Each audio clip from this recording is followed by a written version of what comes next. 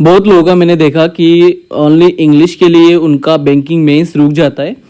तो ये वीडियो उन लोगों के लिए बहुत इंपॉर्टेंट है एंड साथ में उन लोगों के लिए भी जिनको इंग्लिश से डर लगता है और प्री में तो उनका अच्छा खासा स्कोर हो जाता है, मतलब क्लियर हो जाता है, लेकिन मेंस में इंग्लिश में बहुत ही फालतू स्कोर आता है एंड उनका मेंस क्लियर भी नहीं होता है। और जो लोग न्यू भी है उनको भी मैं बता दूं कि बैंकिंग मेंस में इंग्लिश बहुत टफ आता है और बैंकिंग मेंस में इंग्लिश में अगर अच्छा खासा स्कोर नहीं आएगा तो आप लोगों का जो सेक्शनल है उसका भी रुक जाने का मतलब चांसेस है। एंड साथ में अगर सेक्शनल हो भी जाता है फिर भी अपना मेंस क्लियर नहीं होगा क्योंकि एक एवरेज मार्क आप लोगों को लाना पड़ेगा तभी आप लोगों का बैंकिंग एग्जाम मेंस क्लियर होगा। और मैं आप लोगों को बता दूं कि मेरा ऐसे नहीं है कि बहुत अच्छा मार्क था, बहुत हाई मार्क था, नहीं है, लेकिन एक एवरेज स्टूडेंट से ज़्यादा ही मुझे मार्क मिला था।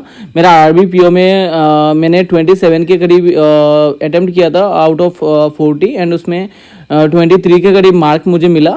एंड मैं आईबीपीएस क्लार्क पे भी मैंने ज़्यादा अटेम्प्ट नहीं किया था तो उसमें भी मेरा 22, 23, 24 समथिंग ऐसे कुछ होगा। और आरबी क्लार्क में भी मेरा 26 स्कोर है, उसमें मैंने 30 के करीब अटेम्प्ट किया था। तो मैं आप लोगों को बता दूं कि मेरा अटेम्प्ट कम था, अगर मेरा अटेम्प्ट ज़्यादा होता तो मार्क भी ज़्यादा होता। और मेरा एक्यूरेसी सही था हमेशा इंग्लिश में। मैंने एक वीडियो बनाया था प्रीलिम्स के रिलेटेड कि प्रीलिम्स में मैंने कैसे आईबीपीएस क्लार्क में 30 आउट ऑफ 30 इंग्लिश में लाया था। तो उसमें मैंने जो स्ट्रेटेजी बताया था उससे आप लोगों का प्रीलिम्स में अच्छा खासा हेल्प हो जाएगा। लेकिन मेंस के लिए मुझे लगा कि एक डेडिकेटेड वीडियो बनाना चाहिए कि मेंस में क्या करना चाहिए। देखो मेरा वीडियो देख के ऐसे नहीं है कि आप लोग आउट ऑफ 40, 35, 36 ला पाओगे, लेकिन अगर ला भी सकते हो, अगर आप लोग ठीक से फॉलो करते हो तो आराम से ला पाओगे। लेकिन अगर नहीं ला पाओगे फिर भी एक एवरेज 20, 22, 25 मार्क आप लोग ला पाओगे ताकि आप लोगों का सेक्शन भी ना रुके और मेंस क्लियर भी हो जाए। ठीक है, देखो सभी सब्जेक्ट में मेंस में इक्वली फोकस करना बहुत इंपॉर्टेंट है। एंड मैंने इंग्लिश के लिए बेसिकली मैंने कुछ मतलब अलग नहीं किया था, मैंने बस कुछ चीज़ें फॉलो किया था और मैं आप लोगों को बताऊंगा कि मैंने क्या किया था। और मैंने कोई भी और कोर्स वगैरह बाय नहीं किया था इंग्लिश के लिए। सब कुछ इस वीडियो में मैं आप लोगों को बताऊंगा, लास्ट में कुछ इंपॉर्टेंट चीज़ें भी बताऊंगा, तो वीडियो को लास्ट तक जरूर देखते रहना। एंड अगर आप लोग बुक से पढ़ना चाहते हो तो मैं आप लोगों को 2 बेस्ट बुक सजेस्ट कर सकता हूँ इंग्लिश के लिए। ये बोके बिल्डर बुक है जो ओसवाल बुक्स की तरफ से है। यहाँ पे अगर आप लोग एसएससी सीजीएल से लेके एलआईसी से बैंकिंग तक जितने भी एग्जाम अगर आप लोग देना चाहते हो सभी एग्जाम में ये बुक आप लोगों का काम आएगा। और यहाँ पे मैंने बुक को ओपन करके देखा कि बुक बहुत अच्छा है। और यहाँ पे आप लोग रूट वर्ड से लेके मीनिंग, एंटोनिम, सिनोनिम सब कुछ आप लोगों को मिल जाएगा। सारे जितने भी वर्ड है बहुत सारे वर्ड आप लोगों को मिल जाएगा। और यहाँ पे आप लोगों को ये जो बुक है बहुत हेल्प करेगा अपना बैंकिंग एग्जाम में। तो ये बुक आप लोग बाय कर सकते हो। Comment section and description box में आप लोगों को मैं लिंक स्टोर का एंड अमेजन का लिंक दे दूंगा। साथ में ओबीजी 10 कोड यूज कर लेना तो आप लोगों को 50% तक डिस्काउंट मिल सकता है। सेकंड बुक ये जो ऑब्जेक्टिव जनरल इंग्लिश का बुक है ये भी ओसवाल बुक्स की तरफ से। अगर आप लोग ग्रामर में वीक हो और बाकी इंग्लिश के जितने भी टॉपिक्स है जैसे कि पैराजम्बल्स, एरर स्पॉटिंग, जितने भी टॉपिक्स है इनमें अगर आप लोग वीक हो तो ये बुक आप लोगों का काम आएगा। यहाँ पे आप लोग देख सकते हो यहाँ पे आप लोगों को क्या मिल जाएगा, पार्ट ऑफ स्पीच से लेके mixed way, active and passive voice से लेके मतलब एसएससी अगर दे रहे हो साथ में एसएससी का भी काम आएगा। यहाँ पे फ्रेजल वर्ब्स वगैरह, idioms, phrases and synonym, antonym सब कुछ आप लोगों को यहाँ पे वन वर्ड सब्स्टिट्यूशन से लेकर सब कुछ आप लोगों को मिल जाएगा जो बैंकिंग मेंस में भी काम आएगा एंड प्री में भी काम आएगा। यहाँ पे आप लोगों को क्या देखो, सबसे पहले तो यहाँ पे कॉन्सेप्ट दिखेगा, फिर आप लोगों को सोल्यूशन भी मिल जाएगा। और यहाँ पे मैं आप लोगों को बता दूं कि बहुत सारे क्वेश्चन आप लोग यहाँ पे प्रैक्टिस कर सकते हो। तो ये दोनों बुक आप लोग बाय कर सकते हो। Comment section and description box में दोनों का लिंक दे दूंगा। ये बोके बिल्डर बुक तो बहुत अच्छा लगा मुझे, और स्टोर या अमेजन से दोनों से जिसमें आप लोगों को अच्छा लगे, जिसमें कम प्राइस में मिले बाय कर लेना। साथ में अभिजीत 10 कोड यूज कर लेना ताकि आप लोगों को 50% तक डिस्काउंट मिल जाए।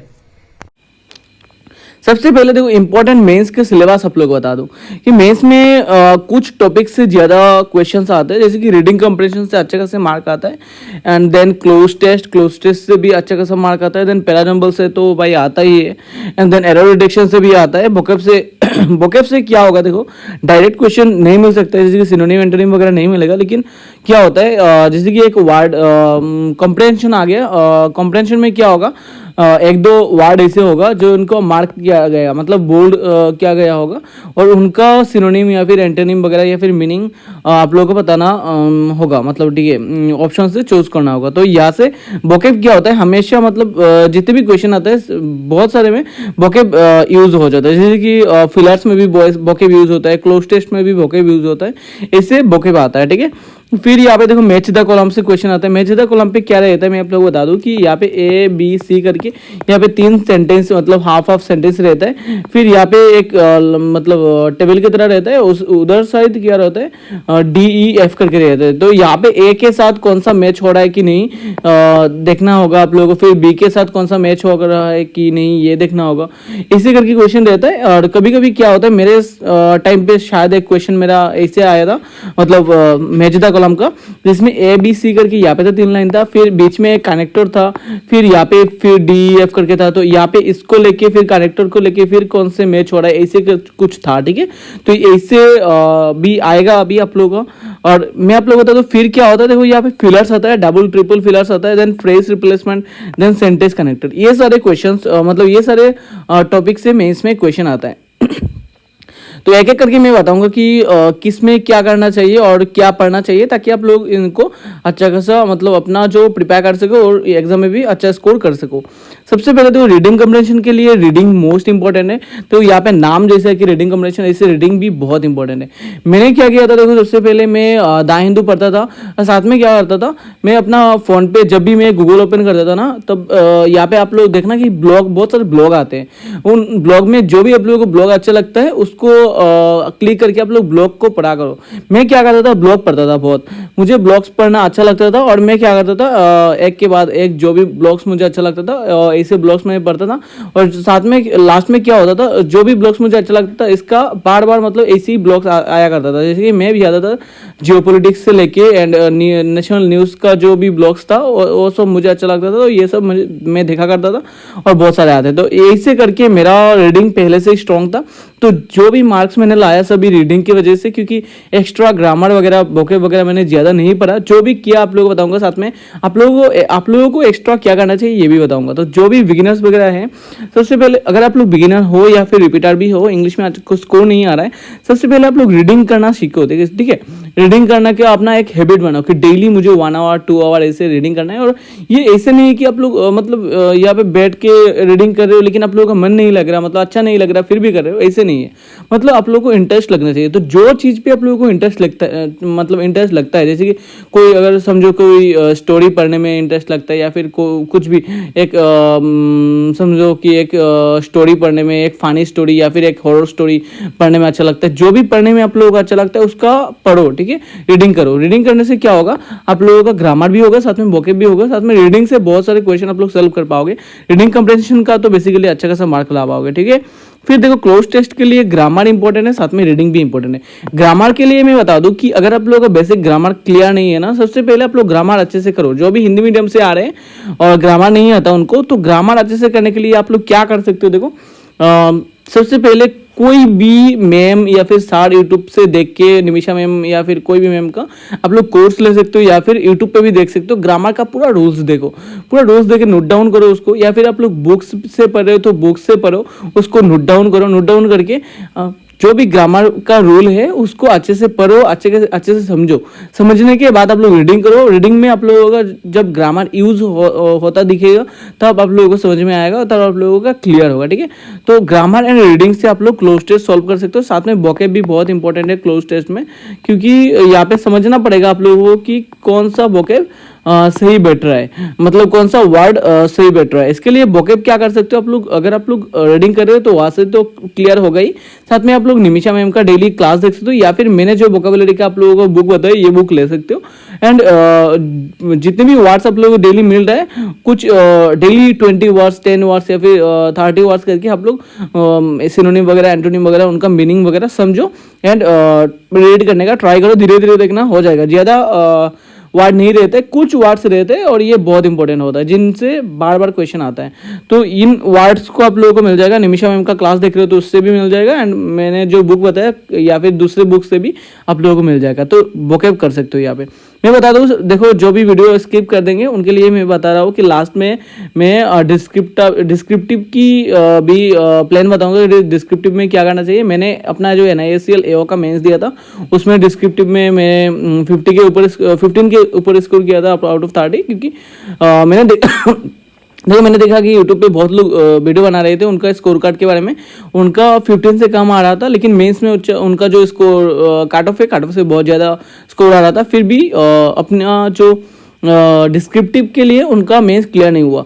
तो मुझे तब लगा कि मैं तो भाई फास्ट अटेम्प्ट दिया, मैंने एक भी डिस्क्रिप्टिव, सच बता रहा हूँ, एक भी डिस्क्रिप्टिव का मॉक नहीं दिया, प्रैक्टिस नहीं किया, मैंने डायरेक्ट एग्जाम में लिखा और मेरा 15 का ऊपर ही स्कोर है, इसीलिए मेरा मेंस क्लियर हो। तब मुझे लगा कि सही है यार, मतलब हो गया तो मतलब बहुत अच्छा है। तो डिस्क्रिप्टिव के लिए मैंने क्या किया था, क्या देखा था एग्जाम के पहले, ये भी आप लोगों को बताऊंगा लास्ट में, ठीक है।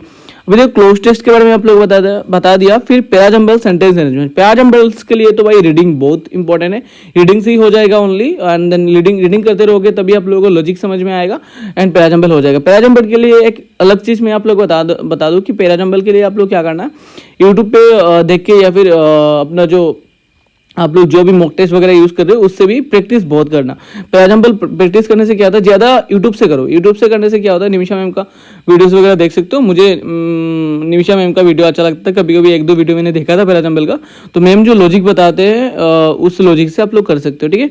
फिर error detection and sentence correction के लिए तो ग्रामर इंपॉर्टेंट है सबसे पहले भाई, तो ग्रामर ही मोस्ट इंपॉर्टेंट है एरर डिटेक्शन के लिए। एरर डिटेक्शन के लिए क्या कर सकते हो आप लोग, अगर ग्रामर का बुक से या फिर वीडियोस वगैरह से या फिर किसी भी कोर्स से आप लोग कर रहे हो तो सबसे पहले तो ग्रामर कर लिया होगा, फिर आप लोग ग्रामर का फिर आप लोग एरर डिटेक्शन का प्रैक्टिस करो। एरर डिटेक्शन का प्रैक्टिस यूट्यूब से कर सकते हो, वीडियोस वगैरह देख के, एंड जो भी एरर डिटेक्शन का जितने भी फॉर्मूलास है, जितने भी रूल्स है, उनको समझो और उनको एक मतलब अपना नोटबुक में नोट डाउन करो कि यहाँ पे क्या प्रॉब्लम हो रहा था, यहाँ पे क्या प्रॉब्लम हो रहा था, किसी में क्या होता है, देखो यहाँ पे बिटवीन कहाँ लगता है, एंड कहाँ लगता है, ये वगैरह, मतलब इतने सारे कुछ है ना, जितने भी रूल्स है उन्हीं से बार बार रिपीट होता है।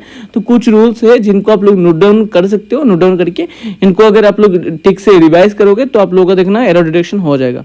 फिर वोकैब के लिए तो मैं बताया कि वीडियोस वगैरह अगर देखोगे तो वीडियोस वगैरह देखो, नहीं तो आप लोग मेरा बुक भी ले सकते हो, जो मैंने बुक्स आप लोगों को बताया, ठीक है।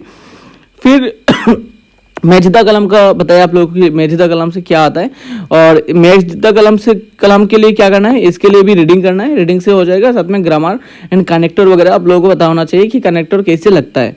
फिर फिलर्स में देखो डबल ट्रिपल फिलर्स आता है, इसमें वोकैब बहुत इंपॉर्टेंट है, क्योंकि आप लोगों को समझना चाहिए कि मीनिंग क्या है और यहाँ पे क्या बैठेगा। जब आप लोग इंग्लिश पूरा समझोगे, ट्रांसलेट कर पाओगे अपना लैंग्वेज में, तभी आप लोग इसको यूज कर सकते हो फिलर्स में, डबल ट्रिपल फिलर्स में, ठीक है।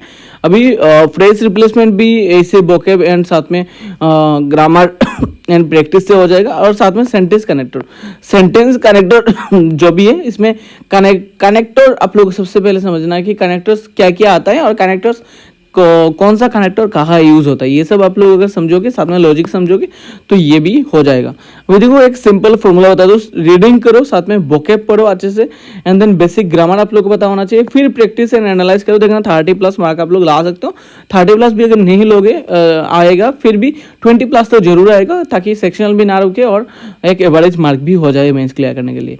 अभी बोनस पॉइंट बताता हूँ, जिन्होंने वीडियो को लास्ट तक देखा उनके लिए 2 बोनस पॉइंट मैं आप लोगों को बताऊंगा। एक तो है कि डिस्क्रिप्टिव में क्या करें, अगर IBPS PO मेंस दे रहे हो, SBI PO मेंस दे रहे हो, या फिर मेरे जैसे कोई भी इंश्योरेंस का मेंस दे रहे हो, उसमें डिस्क्रिप्टिव आएगा। डिस्क्रिप्टिव के लिए क्या करें, एंड देन साथ में मॉक टेस्ट कैसे दे। मॉक टेस्ट के लिए डेली आप लोगों को बता दूं कि डेली एक मॉक आप लोग देना, एक सेक्शनल मॉक देना, और एक सेक्शनल मॉक दोगे तो भी आप लोगों को क्या होगा, देखो एक हेल्प मिलेगा कि आप लोग रोज प्रैक्टिस करते रहोगे। रोज प्रैक्टिस करने से आप लोगों का टाइम इंप्रूव होगा। मैंने बेसिकली इंग्लिश का मॉक बहुत कम दिया था, बहुत कम, सेक्शनल मॉक टोटल 4 to 5 होगा मेरा पूरा बैंकिंग जर्नी में मैंने इंग्लिश का दिया।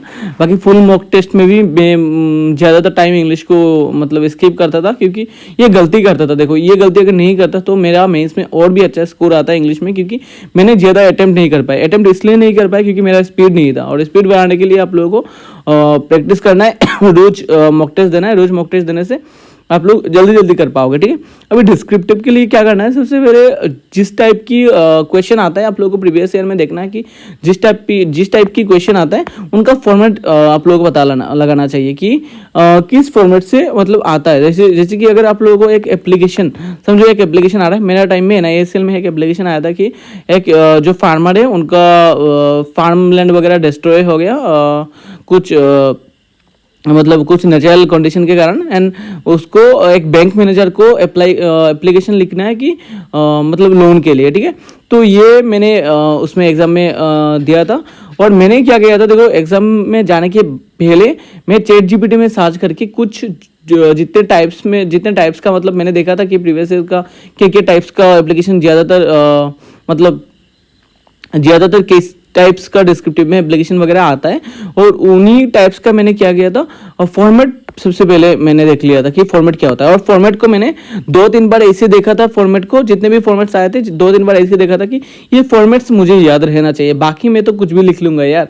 तो यहाँ वहाँ पे जाके मैंने क्या किया था, फॉर्मेट्स लिखा था, और साथ में बॉडी जो है ये मैंने मुझे इंग्लिश तो थोड़ा बहुत आता था, उससे मैं अपना एक कंटेंट लिख दिया और फॉर्मेट सही से लिखा, और बाकी मैंने कंप्लीट किया। दोनों को ऐसे भी लिखा मैंने एंड एप्लीकेशन भी लिखा। तो कंप्लीट करना बहुत ज़रूरी है, कंप्लीट आप लोग करोगे तभी आप लोगों को देखना मार्क्स मिल जाएगा 15 के ऊपर, और अच्छा खासा मार्क भी मिल सकता है। ठीक है, तो ये था आज का जो इम्पोर्टेंट इंग्लिश के बारे में, और मिलते हैं नेक्स्ट वीडियो में, तब तक के लिए बाय।